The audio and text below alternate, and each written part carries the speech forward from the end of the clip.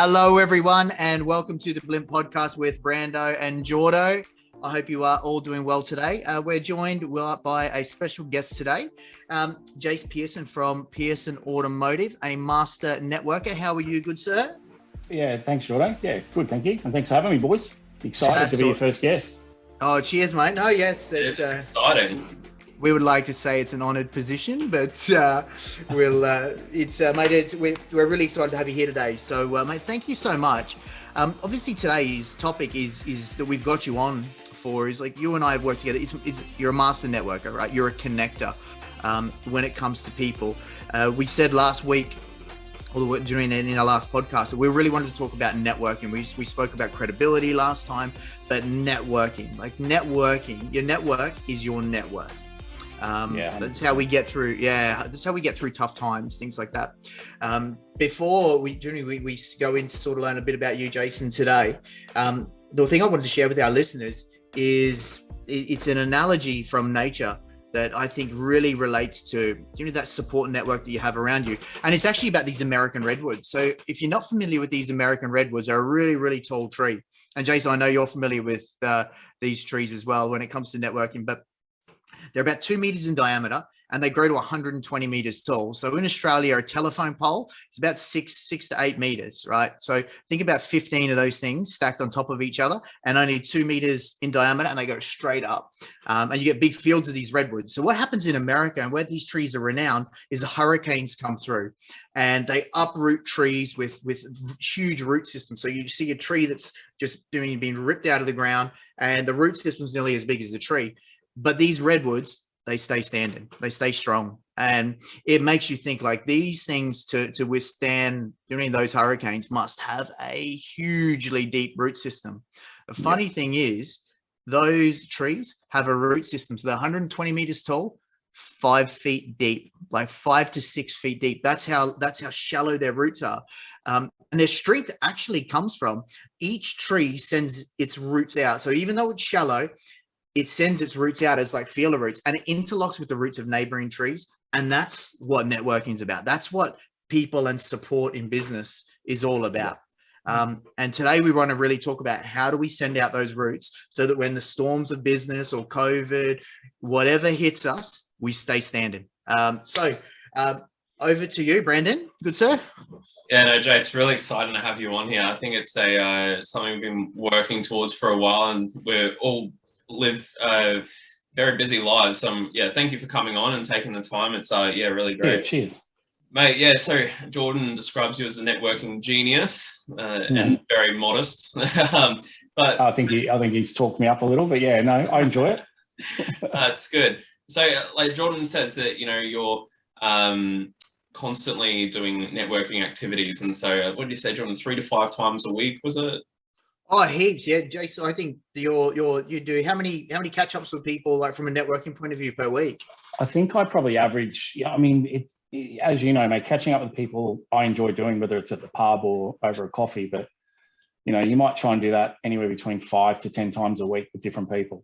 But it's not just a 5 or a 10-minute chat. You're really sitting down with these people and talking about how they're dealing with today or what's going on in business this week.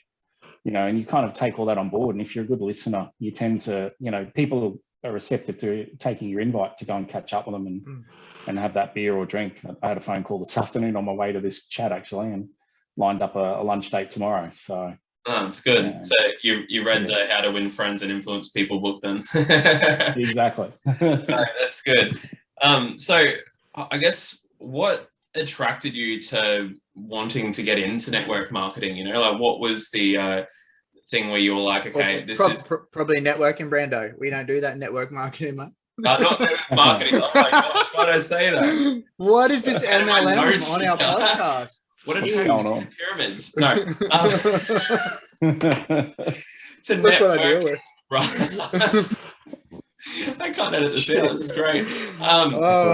What attracted you to networking? Like, was there a time in business where you're like, man, I'm so lonely, or I need to be able to expand into different areas? And so what was that for you? What was that moment where you're like, what I'm doing isn't working, I've got to do something else? it's funny, I never realized it until I was deep in it 12 months. Yeah.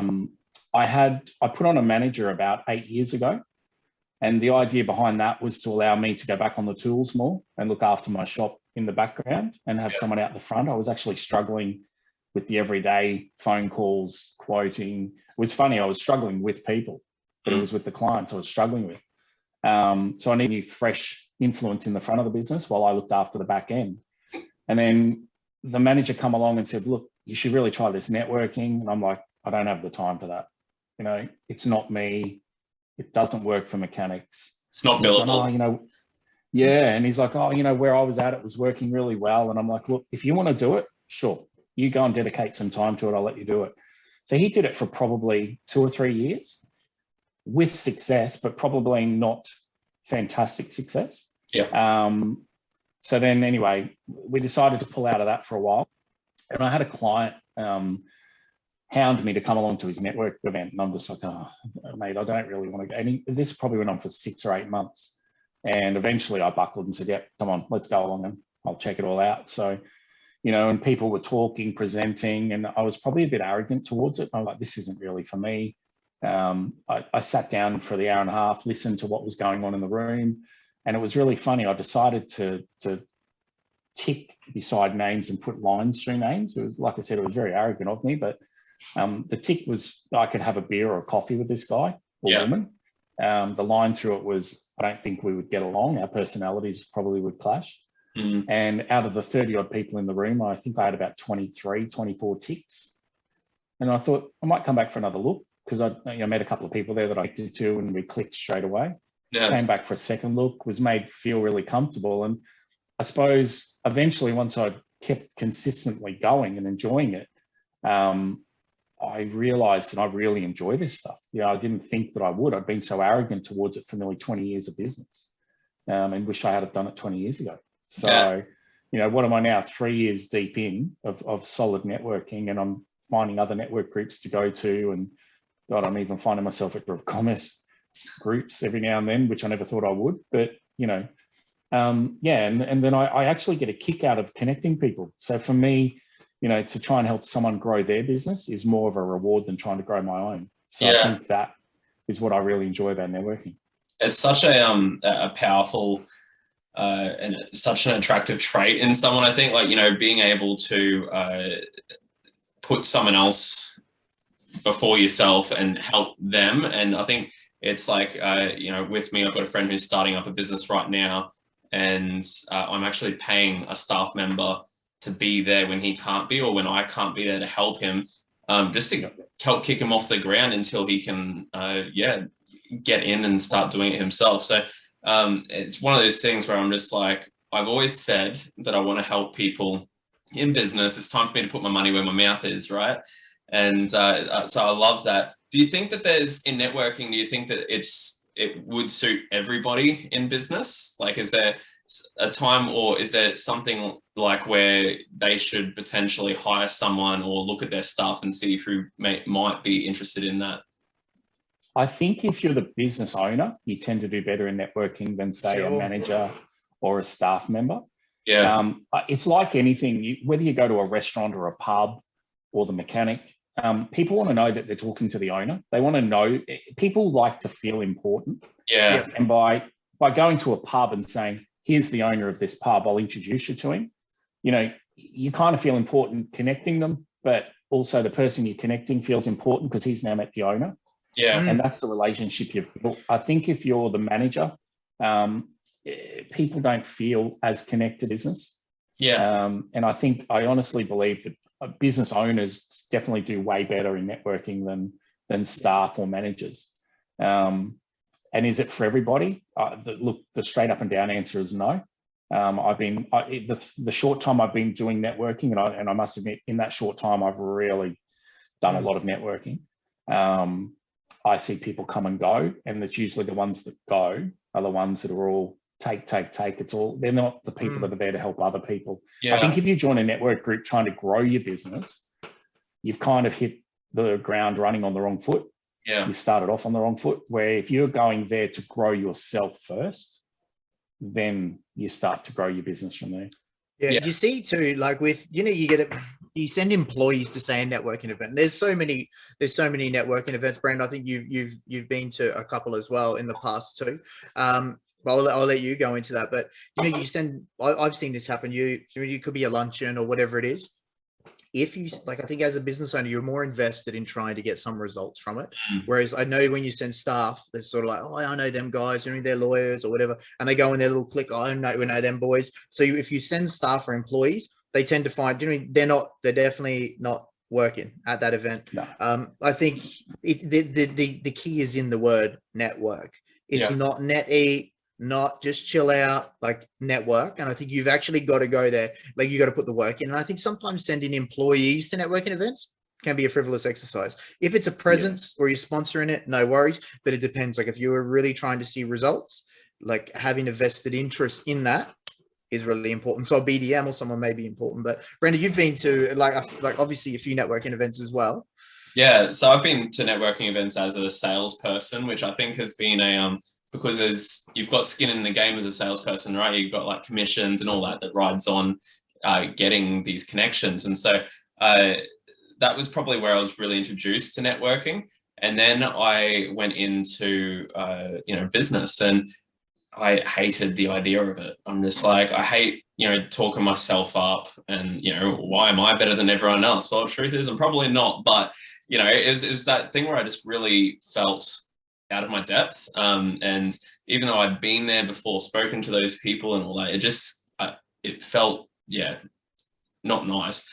And so that was one thing I wanted to talk to you about, Jase, was like, whenever you enter a room fresh, into like a new group of people, you've got that natural instinct of fear of rejection, right? And so you're like, I'll just, you rock up and everyone sort of picks their own table to go sit at. No one goes and sits directly next to someone else.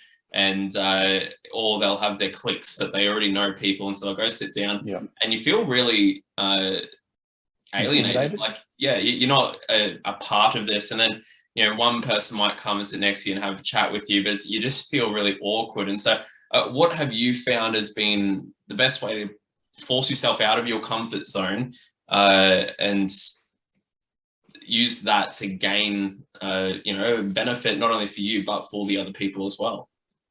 I suppose for me, I make it a blanket rule. I never sit down. Yeah. I don't sit down unless the meeting starts. I walk the room. Now, I'm not working the room to work sales. I'm working the room to find where my fit. And I think if anyone that's coming into a room of people that they don't know, be yourself and just get in and just introduce yourself. And people at a network event are usually welcoming because they understand that they've been in your shoes. Yeah. Yeah. So if you head in there and, you don't have to talk about yourself, the best way to network is to listen. It seriously is. Don't go in there and talk about you. Only give answers to questions asked. Yeah. So if you're heading into a room of people and you're a little bit uncomfortable, just get in there. Don't sit down, because once you sit down, you've already isolated yourself. And you will only get one or two people perhaps that'll be nice enough to come over and go, hi, how are you? I haven't seen you here before, kind of thing. It's nearly like speed dating, but come here often. Exactly. So you're better off walking into a room, and you will know if you fit into that small group of people in the first 30 seconds. Yeah. And if you don't think you are, I've got to go and grab a beer. So you go and grab a beer and you head off into another direction. You'll find a group of people that you can. What networking events are you going to, bro, with beers? What? Mate, mine's you like need to coffee. You're networking too early in the day. Yeah, I know, right. That's why we don't record the podcast at 8 o'clock in the morning. But yeah, I suppose that's the best way. And you were saying before, Brendan, that you were talking about how do I tell someone I'm better than somebody else, and I may not be, but you possibly are. What you need to tell people is what sets your business apart from somebody else. Yeah. So like in my industry, anyone can change an oil filter and drop their oil. I mean, they YouTube it these days and go and have a beer and do it on a weekend. But you've got to tell those people what sets you apart from your competitor, and that's what makes you different. You don't have to be better. Yeah. You just got to, you know what we tell them, Jase? When they ask us what sets us apart, we're just like, we're just better. We're just better. Confidence. So, yeah. That's really good. I think that's one thing that's always sort of scared me away from events, right? Like people bring you along to events because it's something that they have to do as a part of their enrollment into those groups and all that sort of stuff. And yeah, it just sometimes feels really awkward. It's not natural, you know. Your natural thing is just like, no, I've got the answers or something like that. And I think, you know, the most fruitful times I've had in business have been when I've networked, right? Like I try to do as much as possible these days. And I not only, you know, sometimes I'll find that, hey, you know, I'm benefiting from this relationship a lot more than the other person. And so I'll do something, you know, I'll know that someone likes spending a night at the casino and having a bit of a gamble and that, so I'll buy them a restaurant voucher there or buy them a room for the night or something like that, you know, like to actually reciprocate that. But it's been really good because it's just like you're constantly making new friendships based off those old ones. And yeah, it's reciprocated a lot of the time really well. And so it's finding people, I guess, that are in business that are roughly around the same maturity as yours as well. And so like I remember when I first started my electrical business, right, I was like always going for the biggest companies, the biggest plumbing company, the biggest building company. And I'm just like, man, these guys are dictating my prices and they don't really seem to care about me at all, right? And I was talking to a friend and he's like, man, you need to go talk to people on your level. You know, you're not that big electrician. You need to go talk to people at your level because there are always people starting out and they have customers just like the bigger people, but they're willing to have a relationship, a mutually beneficial relationship with you. And so that's what I did. And it's been so fruitful. And, but a lot of the time it's just been from me cold calling. I don't go to networking events really that much anymore, purely because there isn't much up here. But I do try to go when I can, but that's the other thing as well is just time. So is there something where, you know, do you just go, I'm going to set aside this amount of time? Like, how did you get to that point where you're like, this is worth this much to me in value, so I'm willing to set aside this much time, which is worth this? Well, I suppose I look at it this way. Like if I'm part of a net group that I'm paying money to be part of, and let's say that figure is $1,000. Now just pretend that it's not 1,000 and it's 5,000. If I said to you it's $5,000 to be a part of this network group for a year, are you going to work harder because it's $5,000? Yeah, that's my question. Well, to me, I look at it and go, I'm going to work just as hard for the $1,000 because you're there for a reason. Like your time is money. So whether it's $1,000 or $5,000, you shouldn't work any harder because it's $5,000. Correct. You know, you know, $1,000 membership to me, like time is money, but you know, we pay money, and I think that that's a great tool because if you don't pay for something, you kind of see it as being cheap. Yeah. So I invest as much time as I possibly can. Now, some weeks I've got an amazing amount of time by having the manager, and I can say, hey, I'm going to lunch, I'm out for a coffee. And I do try and set it around my morning tea and smoko times and lunchtime kind of hours so that, or after hours sometimes, you know. So I don't just go, hey, 11 o'clock, I'm doing a 2-hour lunch. You've got to be smart about it.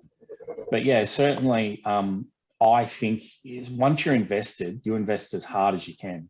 You know, whether it's $1,000 or $5,000, you know, I don't see the sense in working any harder just because it's dearer to be part of something.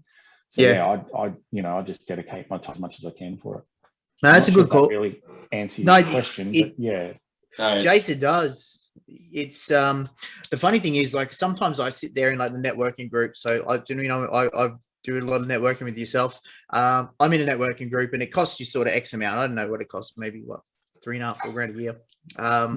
Not even that. No. And there's times, like, if you look at it from an hourly rate point of view, what I can make in that, like over 52, like, or 70 hours in a year, like, and there's a lot of times if you looked at it purely from that, it's costing me money to sit in that seat. However, this is the thing though, is the results from that don't come in that hour. It comes in from it's all that hour and a half. It's the work that you do off the field. Let's look footy team, right?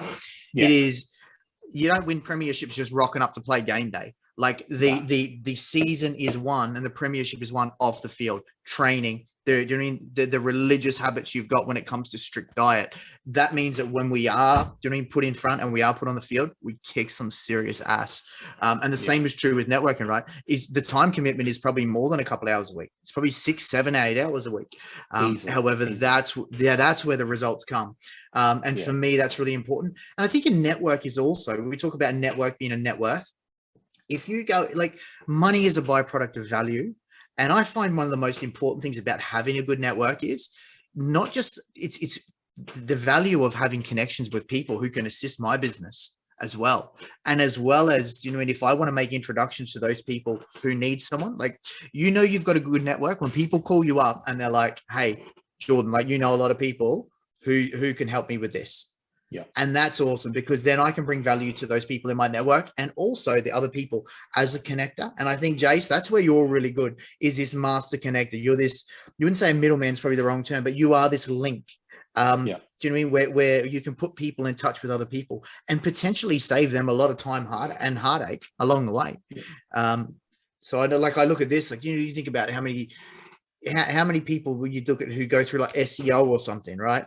Yeah. There's how many horror stories are there, or we're like with mechanics, how many times they've got to find a mechanic to get a good one. Like, we're saving people that drama. Like, as a good network, a good connector does that. Yeah. And you generally dip your toe in the water with these people first. Like, you're not going to, like, I just not part of a network group and go, hey, I know this guy who can do SEO, or I know this guy is a great accountant. You tend to test the waters with them first before you're going to refer someone. Yeah, it's like anything. If I'm fitting tires on a car, I want to drive on them for 10,000 cars before I'm saying I'm happy to recommend these. It's no different when it comes to networking. I get suppliers all the time. I want you to try these brake pads, and I'll just go, sure, but I want a free set for my car that I can try out first before I start selling them. And it's no different in networking. You're connecting people only sheerly because you've used them yourself, or you've tested waters, you know them personally, you've spent copious amounts of hours. The amount of hours you need to spend with someone first to get to know them before you can go, now I know I can recommend this guy or woman. Yep. That's really good, Jase.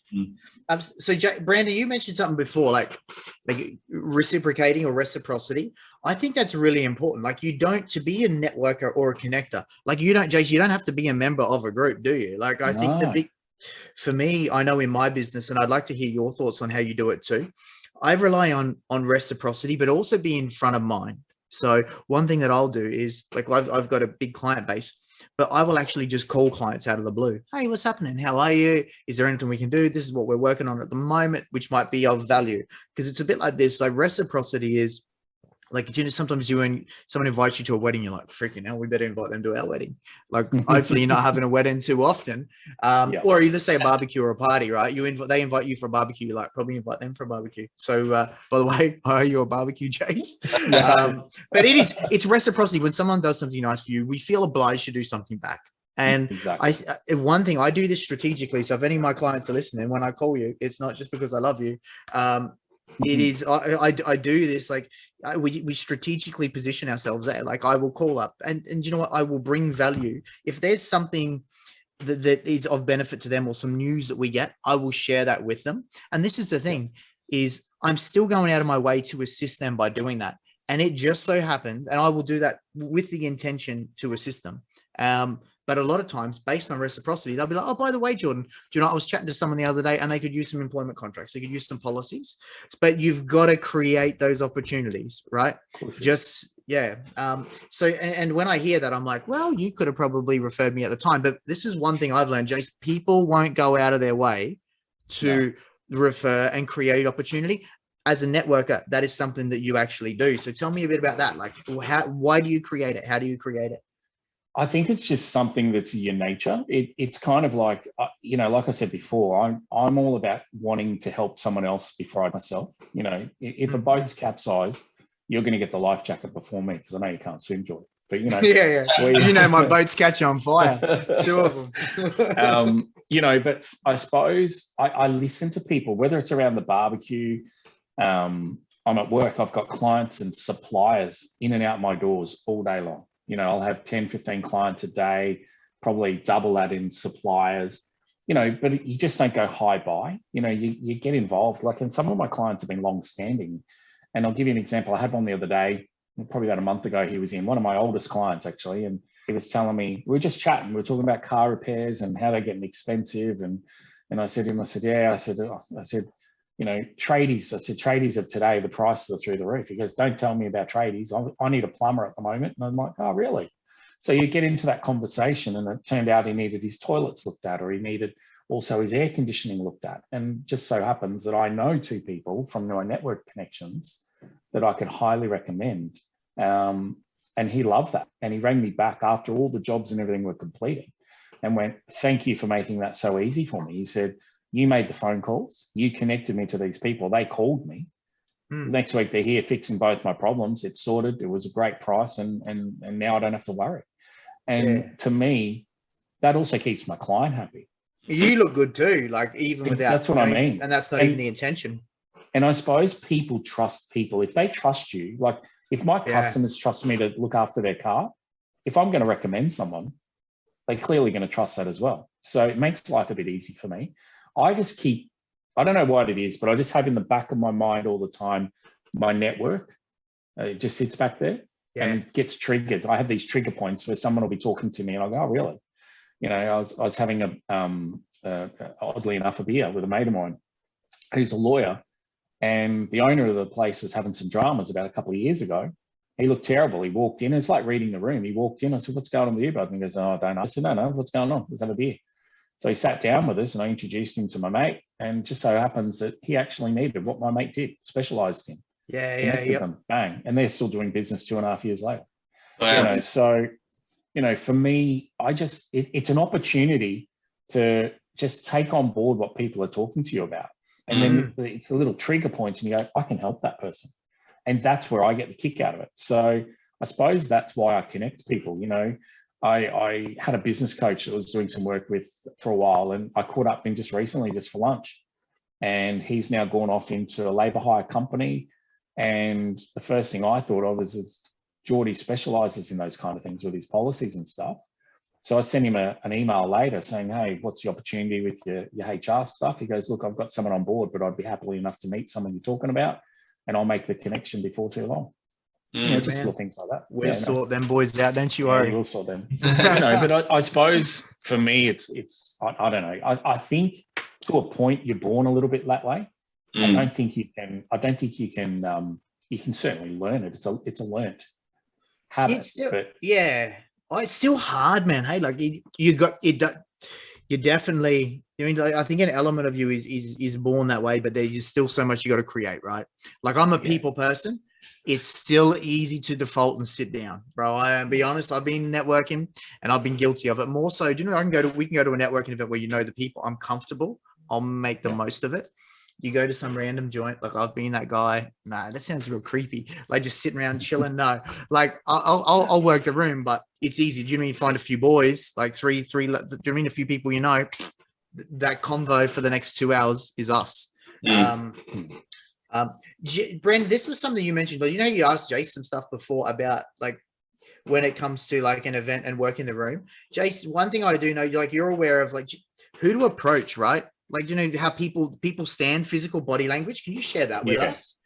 Like who's open to a chat, who's not? Like, you can kind of tell with somebody language in a group of people, if they're a bit closed in, and they look like face to face, and they might be a bit closer than normal. You don't know to leave that alone for a while, or you just tap them on the shoulder and go, "Hey, I need to catch up with you shortly," and then they'll either welcome you, "Oh no, come on in, it's all good," or they'll go, "Yeah, no problem, you move." So they'll be like, you can kind of see, exactly. You can kind of tell in groups, if you're open to be able to be accepted in if they're having a chat anyway.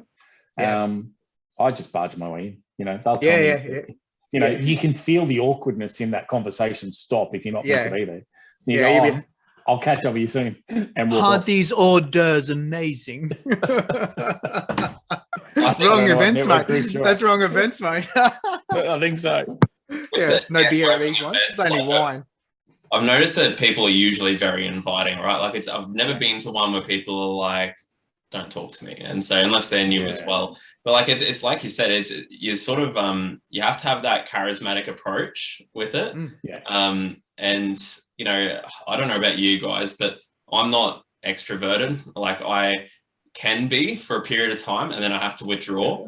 And so it takes a lot out of me to actually go to those events and then put on that charismatic approach and actually be likable. But you know, it's one of those things where it's difficult. And so and not just that, it's difficult to actually, you know, you sign up for the trial or something like that, but to actually then go, yeah, okay, I'm going to make the commitment to go, not, oh, I'm a little bit busy, I'll probably just put it off another week or something. What would you say, Jase, is the best way, like we're running out of time here, but you know, the best way to, I guess, find a good way to start networking that suits, and then commitment, commitment. The commitment behind that. Like, what should they go in there? What should their mindset be walking into that place or booking that place when they walk in? And good question. I suppose level of commitment. I mean, I think if you want to network, you have to be committed from the start. Yeah. In my experience, I was like, I need to find a Friday network group. That was important to me, because my idea was, being the owner of this business, I wanted my Fridays for me. My partner, she has Fridays off to do what she wants to do. So I kind of found like she was ready to hit the ground running on a Saturday morning, because she's already had a day to do what she's wanted for herself. Where my Saturday morning was my day to do what I needed for myself. So we found we were clashing. So I thought, all right, I'm going to introduce Fridays for me. So I needed a network group for Fridays, which then if we were going to play golf as a group, that could be later in the day. If we're going to do a lunch, it could be later on that day. But Fridays was my way of working on the business, not in it. So I was still there, you know, certainly working on it and not in it on a Friday. So that was important to me. So I suppose you've got to pick a day out of the week that's going to work for you networking. You definitely need to put in solidly. And if that means that that's the day you catch up with other people in that network group, make it the Friday, that's fine. We've got a network group that we meet with on a Friday, and we go straight. We try and dedicate another hour afterwards for breakfast. And you find that at that breakfast, there's more business passed at the breakfast casually than what there is through the network meeting before and after. And it's the one thing that I've noticed too, like you got to put the time into the group. Like if you go, sometimes, like I've been in networking groups and you get business straight away, just purely based on time, position, and the needs of persons at the time. I found like with the networking group I'm in now, solid 4 or 5 months before any traction. But it was the best part about it was the relationships in that group. The longer it takes you to get into the group, that it means the more strong those relationships are long term, and that's really important. So go in there glass half full rather than half empty. Look at opportunities. So you and I've had this chat a couple of times, Jase. Hey, like half. I mean, always be optimistic. Positive attitude. But people vibe off that. Brandon, no one wants to talk to someone who's a bit flat. If you've had a bad week, even for me on a Friday, if I've had a bad week, I've got to be up. If you're going to a network group, people are there. They want to be talking with positive vibing people. You don't want to sit there flat, negative, having a bad week, staff are annoying me. You've got to try and leave all that at the door and come in with everything's great kind of attitude. I guess once people get to know you, then they'll know that something's off anyway. And so that's when they'll probably pull you up afterwards. And that's the key to a new networker. Like, don't go in there sprucing your business. Go in there talking about you. Right. And get them to learn about your personality, your passion, and, you know, what your values are. And I think they're very important keys to fitting into a group. Don't go in there going, I'm the best electrician, I'm the best mechanic, this is why, you know, I've got this and this and this. People don't want to hear about that. They want to hear about you first. They want to get to know you. No one's going to shop with you until no one's going to shop with you until they understand you. Yeah, absolutely. That's really, like, you can have, like, Brandon, we've seen that in the past too. Hey, like, we've seen people with really good products, but I'll say it's only a bit of a dick. And you're like, I ain't going to work with them. But, and then, whereas you can, I will give someone the opportunity who represents as a good person. Yeah. Even if their products, like, I mean, obviously we'll get the opportunity. So the person can have the best product but I won't use them based on principle. Okay, if I don't like the person, right? But do you know what the funny thing is? Whether I use them again or not, the person who's a good person, obviously I'll do my research, but they'll get a sniff at. You know what I mean? They'll get a lot closer to potentially us doing work together than the others. So, but guys, you know, that's, I think, time-wise for our listeners. I think that's been really good. Jase, you provided some amazing insights. But Brandon, I will let you. Yeah, I'll let you close us out today, good sir. Awesome. Thank you so much, Jason Jordo, for your time. Jason, it's been great having you on as our first guest, and look forward to having you back on for some other topics eventually. You know, you're really easy to talk to. So no, thank you for that. And just all of your knowledge surrounding this. It's you're the right person to talk to, that's for sure. But cheers, man. I hope when you do kick off your networking, it goes well for you. I'm sure you'll kill it. So thank you. Cool. All good. And good advice. I'll see you next week, Jordo. Yeah, cheers, listeners. Thanks very much, guys. See you later. All good. See you later. Bye.